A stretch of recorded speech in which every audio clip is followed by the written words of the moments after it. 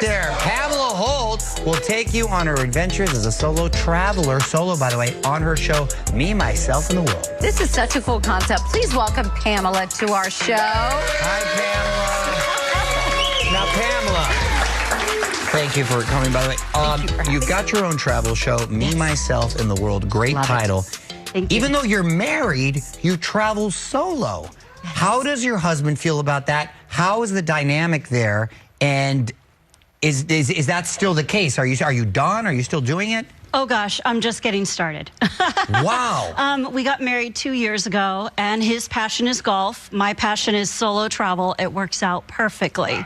And I've got a lot of plans for future seasons, and I'm happy to leave him on the golf course and head out on my own. I think there's something so healthy about this, right? Yes. Doing what you love, and he gets to do what he loves. But the solo travel, what do you get out of doing that? Like, what does that feel like? Actually, she asked me, I've never done it. Have you ever done it? Well, for work, I've had to travel solo, count. but for just you're going for pleasure. Yes. Right? Now, here's the thing. Like, I don't even like my wife going like Ralph's in the middle of the night alone.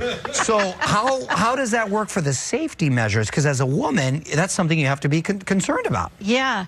You know, sort of one of my phrases is you pack your wits and you trust your gut, but you also plan for emergencies. You have enough cash in the local currency. You share your travel plans and possibly your location on your phone with a trusted friend or family member.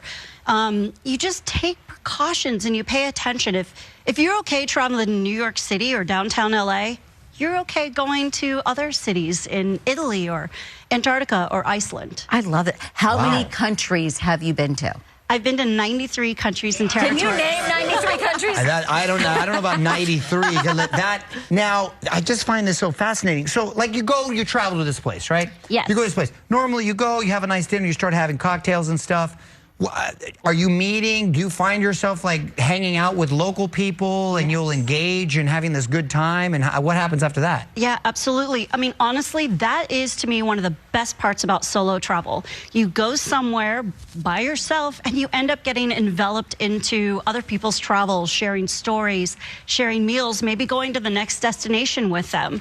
And you're open. When you're traveling with a group or with a partner, your circle is closed. But when you're solo traveling, your circle is open, ready to meet new people and have new experiences. It honestly, I think, is the best way to travel. Did you see the last season of White Lotus? Yes. Do you remember when Jennifer Coolidge decided to travel alone and she met the guys on the boat? See what happened to her? That's what I'm afraid would happen. My wife tells me she wants to go. I could be like, what? You know what I mean? But Pamela, the backstory. I'm just fascinated by the dynamic here. The backstory of all this came to be is fascinating. Share a little bit about that. Yes. So I started solo traveling when I was 19, but I kind of picked up the pace in my mid-30s. I got into a really traumatic car accident, and I didn't know if I was going to recover. So I made an 80 by 50 promise to myself that I would travel to 80 countries by the time I was 50, and I landed in Bhutan on my 50th birthday. And that's what really encouraged me to create my show, Me, Myself. Thank you. Me, Myself, and the World. One of the things that one of the reasons I created the show is that everyone thinks of solo as being alone. And they give you that, oh, you're alone kind of look. But I'm redefining solo. Solo stands for seeking out life's opportunities. Ooh. That's what you're doing. I like that. You know what, as I'm thinking about it, I don't even think I've ever gone to the movies alone. Really? It's the best. I don't think I have. It really is. It's really the best. You don't go into the movies alone. Shut up, Hoover. You're crazy, Hoover. You're crazy. Well, you were there, but you were in the front, and I was in the back. Yeah. You know, give me the Mount Rushmore 4 places that you've traveled to.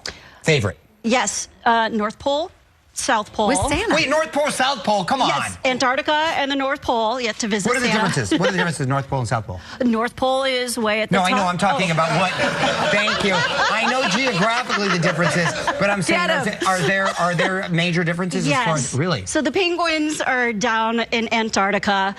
You have to travel through Iceberg Alley, and it's a giant landmass versus North Pole, which is just a sheet of ice. Got it, okay. And I don't recommend going far into it. So you like I'm impressed with your wanderlust. What were the other two? What were the other two? Yeah, give it to more. Bhutan, which is incredible, and I absolutely love Bali and Vietnam. We saw you on that swing. I heard awesome things about Bali Vietnam. It's the trifecta for solo travelers. How do you do it when you travel with luggage and what have you? I pack light. I go by the 5-4-3-2-1 method. What is that method? Yes. Okay. So it's 5 tops, 4 bottoms, 3 accessories, 2 shoes, and 1 swimsuit for about a week's worth of travel.